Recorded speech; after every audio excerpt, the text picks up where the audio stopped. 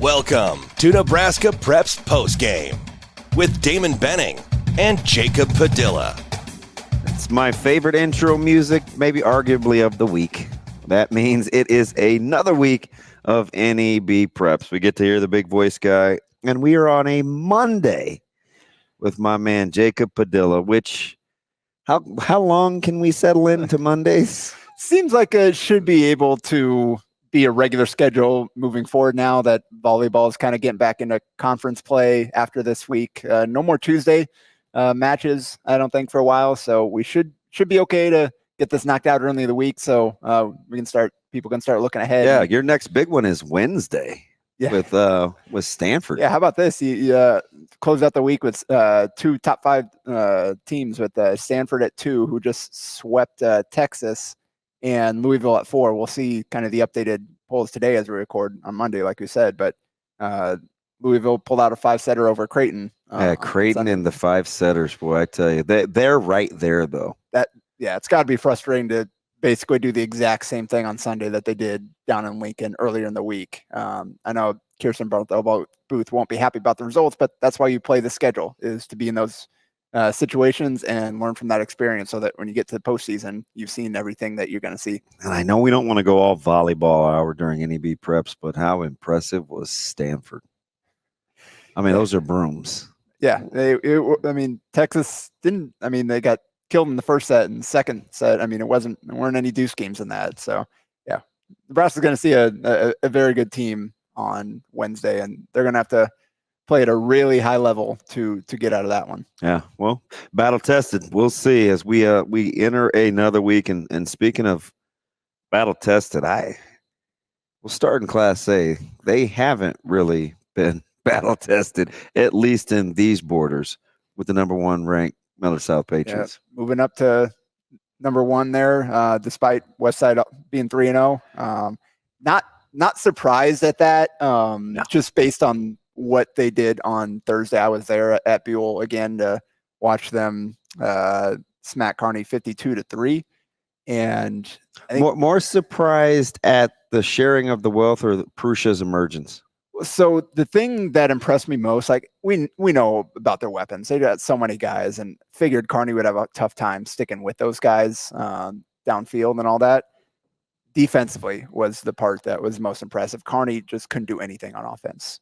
Like they negative 40 rushing yards. Yeah, between sacks and a bad snap. They play a lot like their coach. Their defensive coordinator, Coach Urban, is fairly no nonsense. Likes to play in your kitchen. He played that way. He coaches that way. His sons played that way. That's just who he is. And so when I'm there at the game, I can't really track like total tackles because it's hard to tell on every single play. I'm lucky enough to get the offensive play, let alone who actually ended it. But I heard his name a lot over the PA, and I went back and looked, and Tegan Urban, 14 tackles, lead the team, 5 tackles for loss. They had 17 tackles for loss, 6 sacks as a team. 26 total yards Kearney did. Yeah. Their best play was probably their best offensive play was probably their fake putt, pass completion from kicker Jake Krakel to move the chains, and that just was the kind of day it was when that's the best looking offensive play you have all day. So that's the thing that impressed me the most, is just defensively they were everywhere, and nothing Kearney tried really worked. And then on offense, Tomala 374 and 4 touchdowns, had I think almost 300 of those in the first half. It was a big Amir Hill day, and that's the thing. They've got so many guys, like they can play the matchups and all right, who they like best. Amarion Jackson hasn't even really gotten going. I was gonna say he's kind of off to, at least by his own standards, a little bit of a slow start, and he's still probably their most polished, accomplished player. Well, that's the thing. Like, there's going to be a game at some point this season where other guys get loaded up on, and then he's the one that beats you. You can't take away everybody on this team. Yeah. And we talked about Chase Lofton coming over there, back-to-back 100-yard. It helps when you get one of them and one shot. Yeah, he had only one catch in this one, but it went for 80 yards and a touchdown. And man, a beauty of a throw from Jet Tomala there. He had a few of them downfield where just dropped in a bucket, put it on a line, just great passes.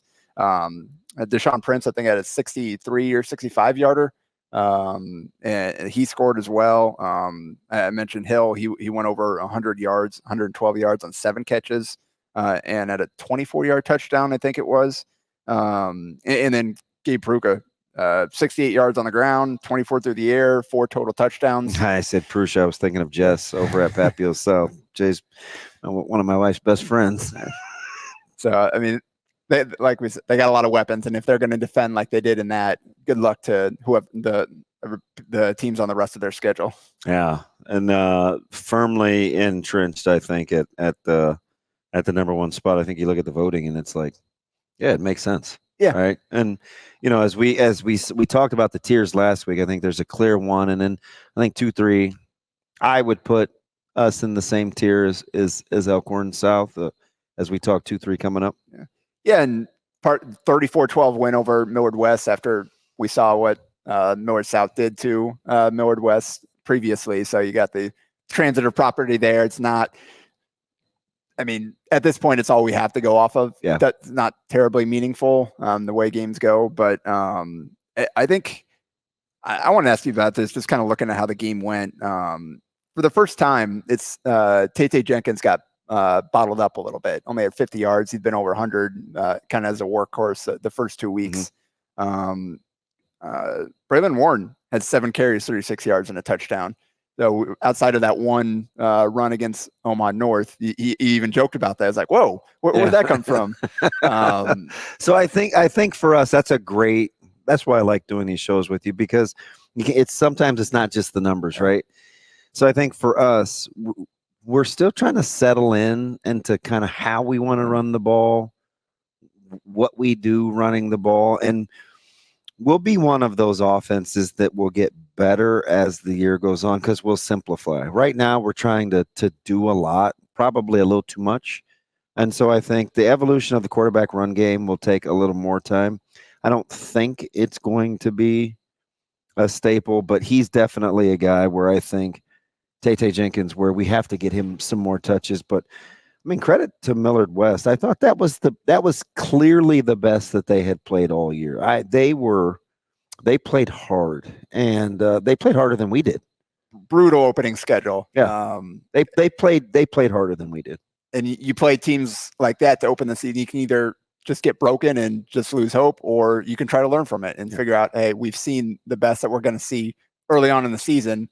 It didn't work out this way. What do we need to do better the next week? Yeah. And so you guys getting them the third. Some really nice offensive wrinkles. Their D line. They're well coached up front with that D line. That they played hard. Yeah, but you guys still pulled out the win, 34-12. Like I said, Keenan Kine, it was his turn to have a big day. Almost 100 yards receiving, and a touchdown, 5 catches. Johnny Hurtado, 46-yard kickoff return touchdown. Yeah, so they tried an onside, and he scooped it. And I mean, he's so low maintenance. He's just a great guy. Does everything for us. Plays inside backer. He's our starting center. Yeah, and he's on the hands team, right? So that just lets you know. And I do that unit, so it's intentional.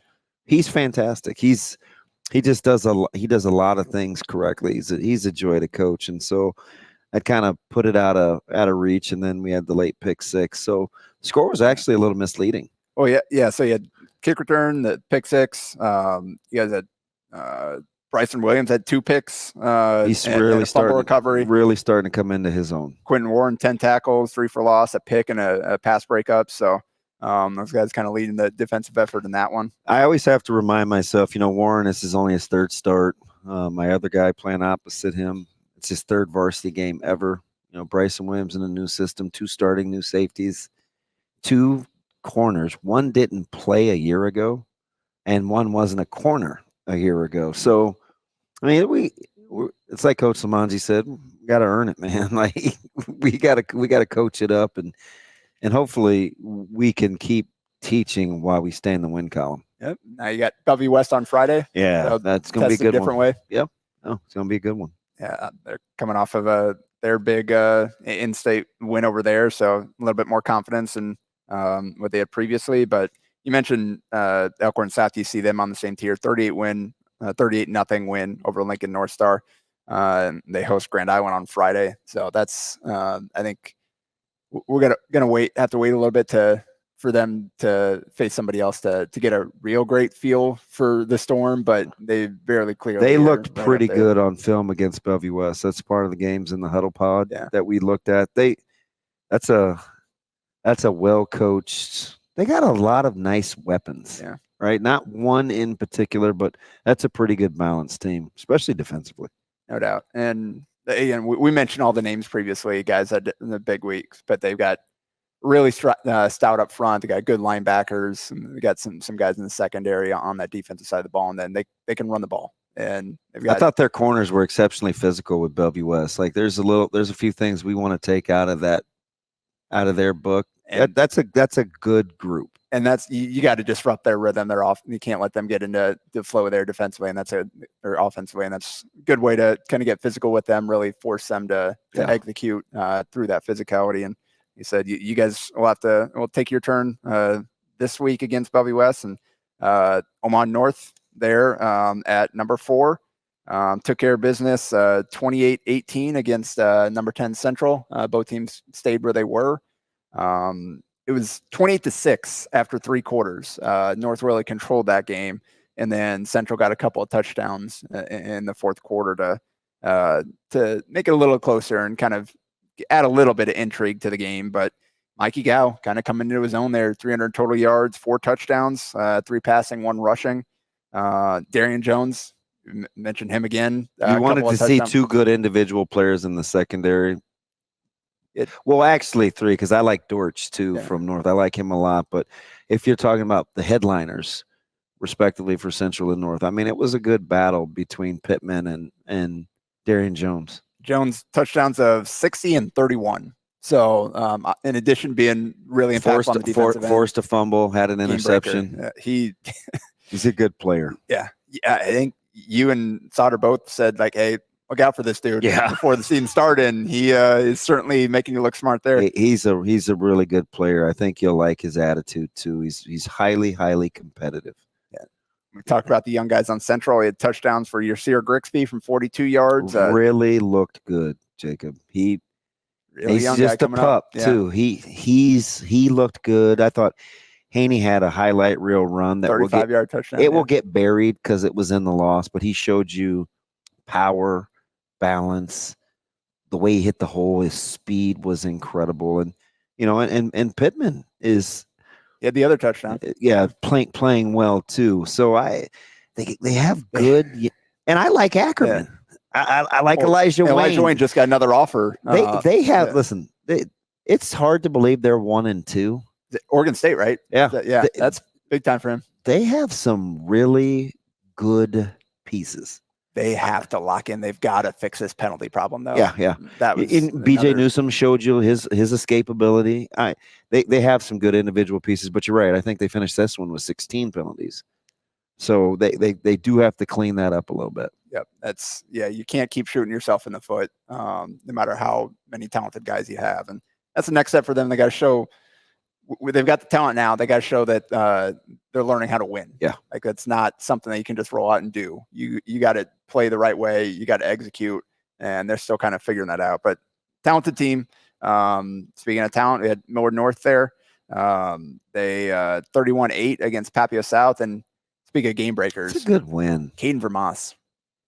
Yeah. 68-yard rushing touchdown, 99-yard receiving touchdown, almost 200 total yards of offense. Muberry had a 31-yard touchdown. Zion Rush, 3 touchdown passes in total. Derek Jones kind of got loose for Papio-South the first time, hit 100 yards rushing, but Millard North shut down that passing game and kind of kept them out of the end zone for the most part there. And are you surprised at Papio-South's quarterback play so far this year? Not really. I mean, going in, it's had to kind of figure out something new. Figure it out, you lose the starter there, and so they showed some signs early on, but they're struggling to get the running game. Now you got Jones going. They got to find that balance where they got both going at the same time if they want to break through and get a win. But again, tough schedule. Some of these teams, they do not have any scheduled wins early on, whereas some of the others are starting to hit in that part of their schedule now.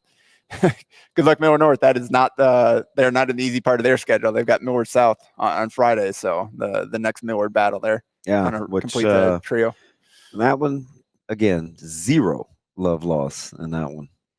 Somebody will be trying to make a statement. We'll see who ends up making it. Yeah, Millard North has to have learned from that Cherry Creek game because if they don't find a way to hold up better in the back end to maybe get a little bit more pressure, Tamala and that crew, they're going to pick them apart. Have to have their way. Yeah, they cannot, because they had a tough time staying with Cherry Creek's guys downfield, and I didn't think they were that outstanding, like in terms of deep speed or anything, and just Millard North struggled to stay with them. So if that's not the case on Friday, then it's gonna be a big point total there. So Millard North, but like I said, we've got some game breakers. I got to find a way to get Vermont loose. Like he's got to make some big plays for them, like he did in this one and has done most of the season there. Kearney's there at 6 after the loss. So you mentioned, they're still a good team. It's just Millard South is very, very, very good. And I think you guys had Coach Cool we talked to him on the show on Friday, and really good stuff. I understand now why Sauter brings him up as much as he can. Isn't he something? You guys talk about him. It's so highly. He's impressive. Yeah, it was really good. If you haven't listened to Friday's show, if you missed that, go back and listen to the podcast, because that really great stuff from a coach coming off a really difficult loss to come on there. I saw that like pop up in the feed. I was like, oh, really? After last night's game, you guys had him scheduled, and credit to him, because that was some really good stuff about just about the game in general and their program and how they operate and stuff. So Kearney will be fine. 2-1, they'll bounce back. But they got a tough one on Friday, Omaha North. You talk about a kind of a game that will tell you a lot about where both programs are. This one might be the one. I thought Prep Southeast was it for this past week. Yeah. And I think this one is the one in Class A. If you're looking for a where are we game, this one is it. Yep. And so for Kearney, or for North, they had the opening weekend against you guys. How much have they improved since then? Obviously, sitting there at 4, they're right behind that. You guys in Elkhorn South at that spot, are they in that tier, or are they down in the 4, 5, 6? Like that's kind of where we'll learn that as Omaha North. I think with so many new starters, not surprised to see them get better. So now we'll be able to see, all right, how much better is this a game where they control, or are they in a dogfight, showing that maybe they've still got some ground to make up there? Sounds like a Max Clark kind of game for North. He's going to have to be big, because I think he's pretty good patrolling the middle at that linebacker spot for North. They're going to stress him a little bit with kind of Kearney's designs. And Sawyer Schilke is going to have to wreak havoc for Kearney there. Cannot let Gal get into rhythm like he was this past week and kind of control the game. Kearney at 6, Bellevue West at 7, 62-0 against Bellevue East. I think that's all we need to mention there. So that now moving on to you guys on Friday. They're a curious team to watch, because will it be super quarterback run heavy? I think he's trying to settle in on a running back. It's been kind of by committee. Yeah. They do more in the running game than they have in some previous years, but it hasn't quite been the same from the running back spot.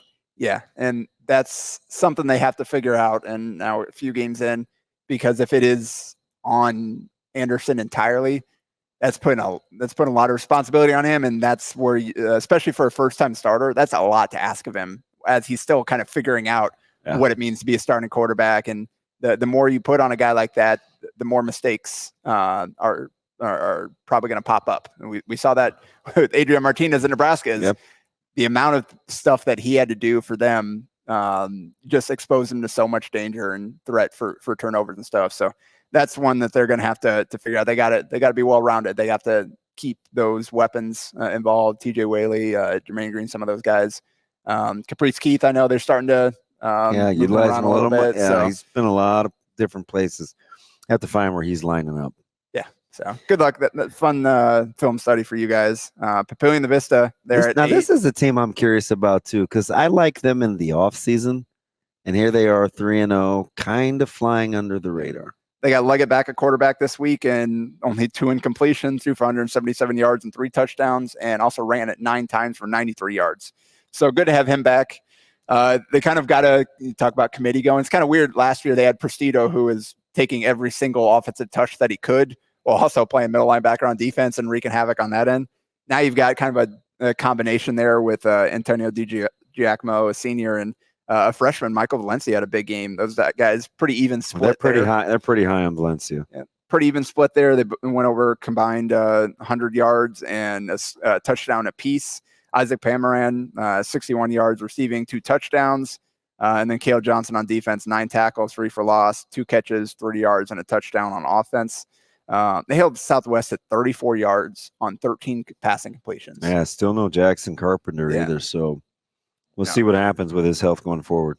But 13 passes for 34 yards. Like that's that's impressive there. Like they were ready.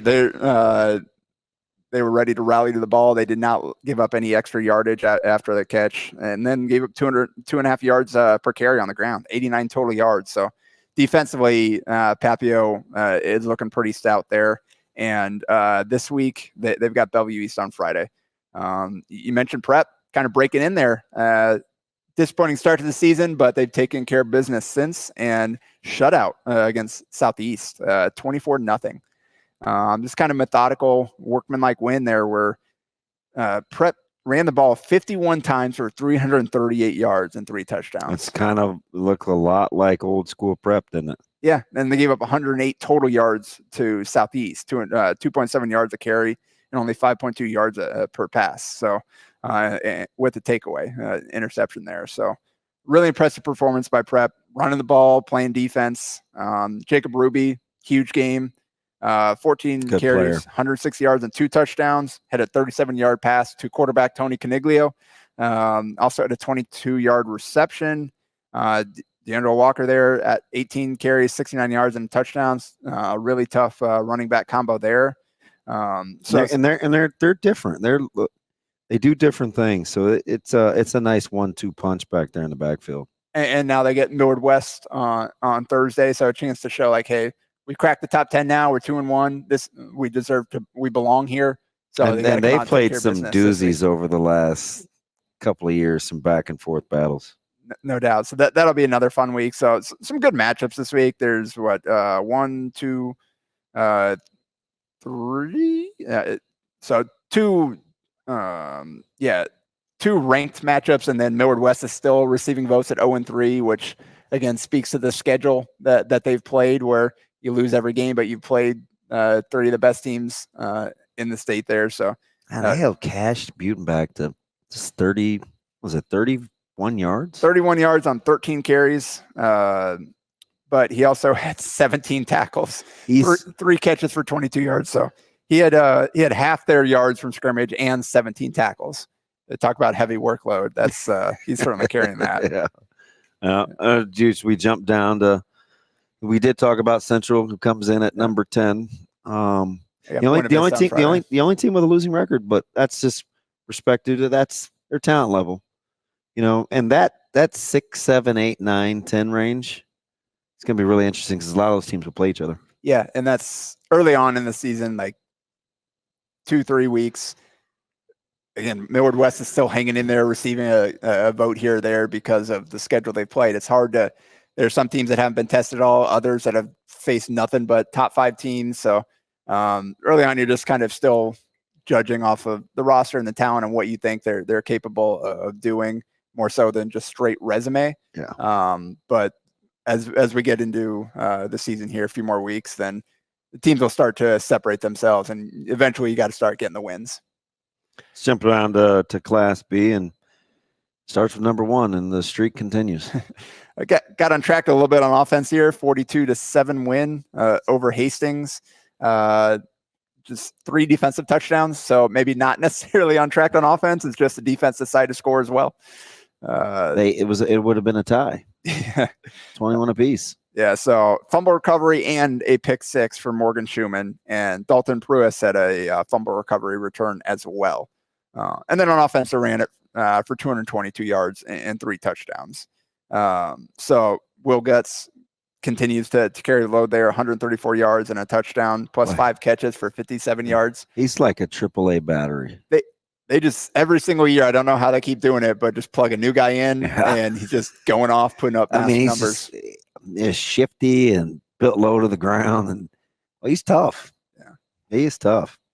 Kyler Lordson also tough, 8 tackles, 2 for loss, pass breakup, and blocked an extra point. Or blocked a kick, rather. Yeah. Just continues to stuff the stat sheet.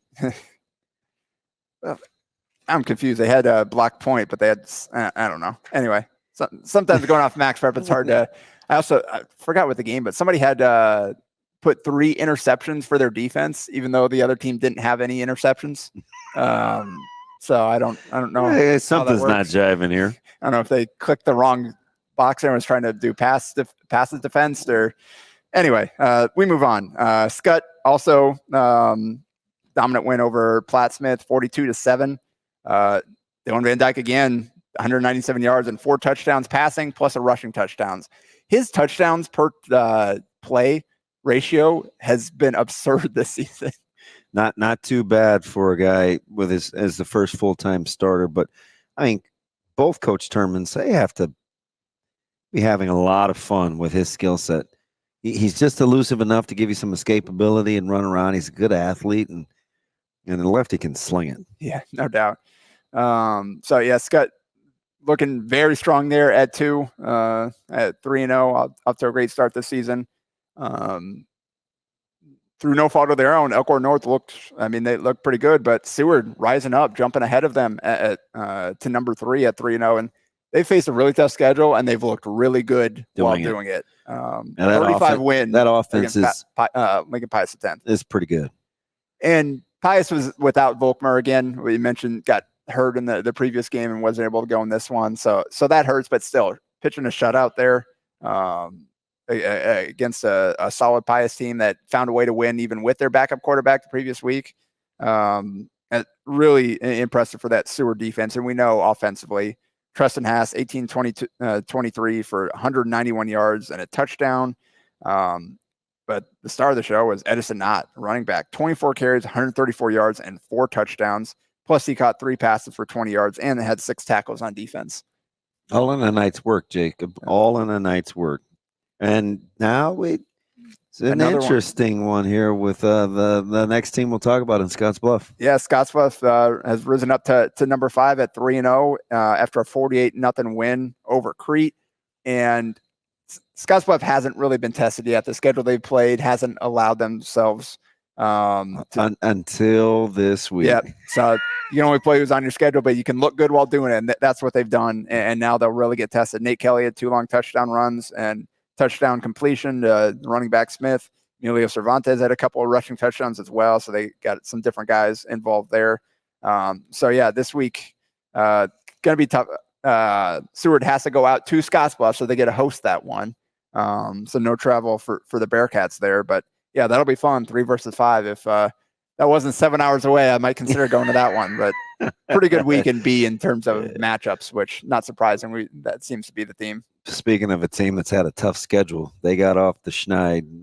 No shame in starting 0-2 for that Waverly bunch. Still coming in at number 6. Yep, Waverly there got their first run, 20-7 win over McCook there, and Carter McMillan shouldered the offensive load there at quarterback, 200 yards passing and a touchdown, also 9 carries, 57 yards and a touchdown.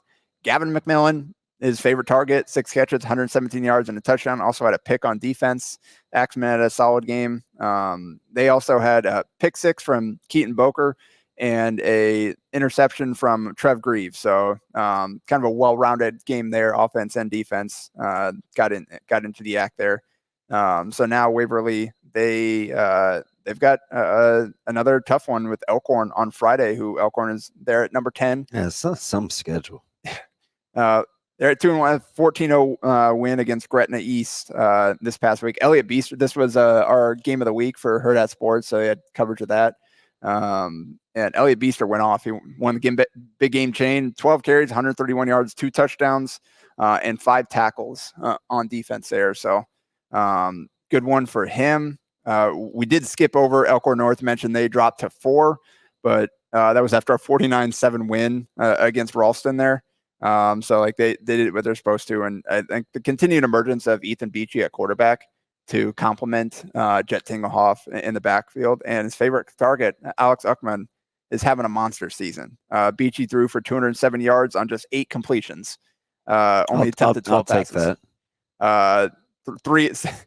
8 completions, 3 touchdowns, and 270 yards. Pretty efficient day back there behind center for Beachy, who also ran it for 56 yards on 9 carries. Tingleoff had 2 touchdowns, 72 yards rushing. Had a 21-yard receiving touchdown. And Uckman, 2 catches, 120 yards, 2 touchdowns. Had an 80-yard touchdown and a 48-yard touchdown. It will be rare, but with what will come up probably later on in one of your notables in terms of touchdowns versus touches, but it's almost impossible to beat 1 for 1. Yeah, I mean, that's a pretty good that's about ratio. As good as you can do. 2 touchdowns on 2 touches. That's pretty efficient, but he'll get some competition here later on. Also had a pick and a tackle for loss on defense there.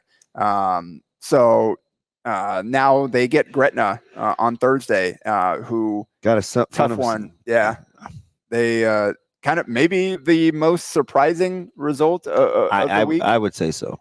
55-22 win for Blair against Gretna. We talked about took a double take at that. Yeah, and we talked about Gretna dropped to 4 last week from 3 because of some questions about defense there in that shootout the previous week. Obviously, Knudsen has gotten off to a great start this season, but finally bottled at that offense a little bit, and they had no answers for Brock Templar. And mentioned really good player going in the season, guy that we've highlighted before.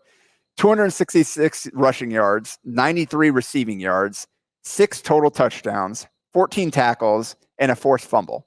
Through 3 weeks, he's racked up over 100 yards of offense and 12 touchdowns. Yeah. His thing was when he was playing with Sukup and those guys was just keeping him healthy. Yeah. Right. And now he's healthy and feeling good. And man, has he been dominant? No doubt. Just hard to ask much more of a guy to start the season, and really, really impactful player. And Blair, they climb up to number 7 from with the 2-1 start to the season. Huge win for them, which bumped Gretna down to 8. Still hanging in there at 2-1. Obviously, we know what they're capable of. I saw there was a pretty serious injury in that game, so we hope everybody's all right coming out of that one. But yeah, really impressive. So they're at 8, Pius at 9, and Elkhorn at 10. There to kind of round things out in Class B. So again, we got some really good matchups. You got Elkhorn North and Gretna. You got Seward and Scottsbluff. It's 4-8, 3-5.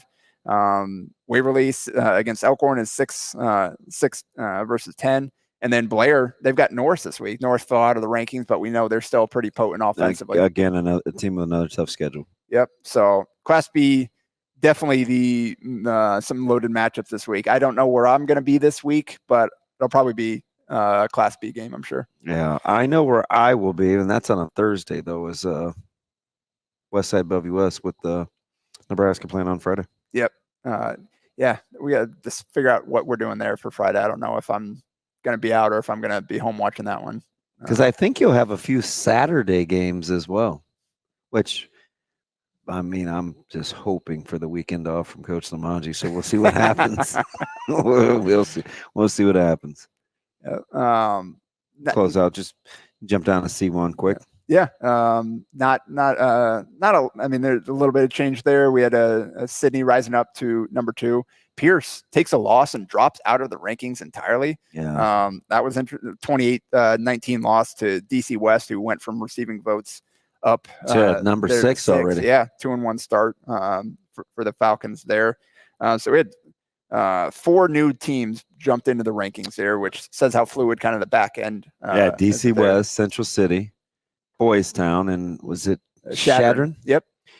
Yeah, I felt like I'm a little biased with Central City, but I didn't know if 56-55 should have gotten them out of the top 10 to begin with. Yeah, no, that's tough. And so mention Wahoo and Cozad here as we wrap up the show in a moment here, but you got some game breakers on both those teams. So it's 2-1 start for Cozad there, climbing in at 10, and Sydney again from 4 up to number 2 after a 42-0 win against Holdridge. And they lost to Doty last year. It was a senior that did so much. I got a new one now stepping in for him, and he's continuing to put up numbers there. So Sydney will be tough. Yeah, and then outside of that, not a whole lot of change. 1, 2, 3, 4, 5, 6, 7, 8, all the same in Class C2. 1, 2, 3, 4, or 1, 2, 3, all the same in 8-man. And as we go on, kind of no changes there. So, some good matchups in C1. Ashland Greenwood's got a tough one. They got Auburn coming off of a win over Skutt Central Catholic there. Derek Tonjes had big games. Got to cut down on turnovers, but 4 touchdowns and almost 300 yards passing there. So that'll be a tough one there. With Auburn is hanging in there at number 3. So it's 3 versus 4. Auburn against Ashland Greenwood this week. A few other good ones. Wahoo moving up, taking on a tough Class B team in Gross, who starting to learn a little bit more about their kind of. And I think they were in the receiving votes category after a 2-1 start. Correct. Yeah. Anyway, they're close in there. Good start for them. So now we'll see inter-class clash there.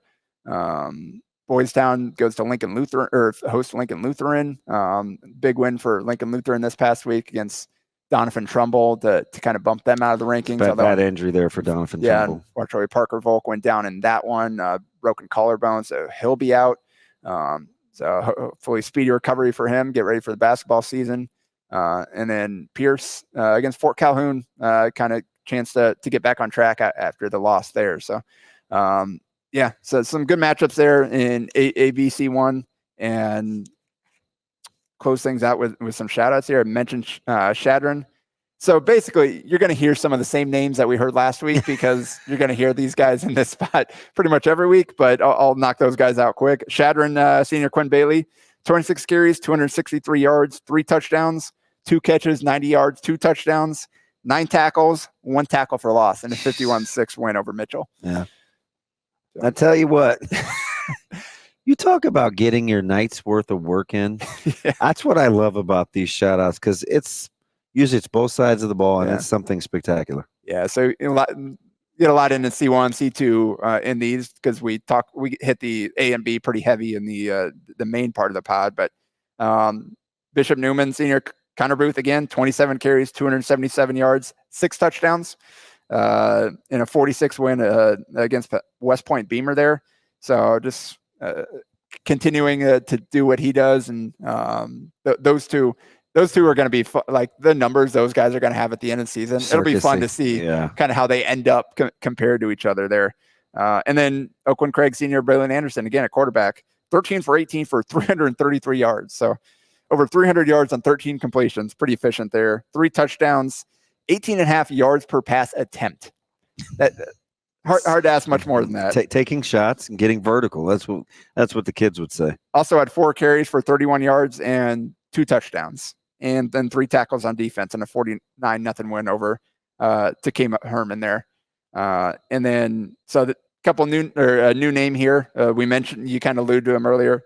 I don't have the exact stat line. They haven't posted on Max Preps yet. We know it was somewhere between 12 and 16 carries. We've seen 12, we've seen 14, we've seen 16. So the numbers I saw for Wahoo's running back, Kip Brigham, 14 carries for 362 yards and 7 touchdowns. Also had a receiving touchdown. So 465 all-purpose yards and a C1 record 8 touchdowns in that game. And a 66-24 win over Aurora. So it wasn't like Aurora's off to a rough start, but that's a good program. We know that they've got quality some program. But as we've said since the preseason, Wahoo's pretty good. Yeah. I mean, the number ones at the top of the top classes here, very much North, South, Bennington, and Wahoo all look like everybody's chasing them at this point. 100%. So. 100%. And that's another week about as comprehensive as you're going to get. We hear the music. That means we probably ought to get ready for next week. It's another edition of NAB Preps. That's my man, Jacob Padilla. Don't you dare miss us.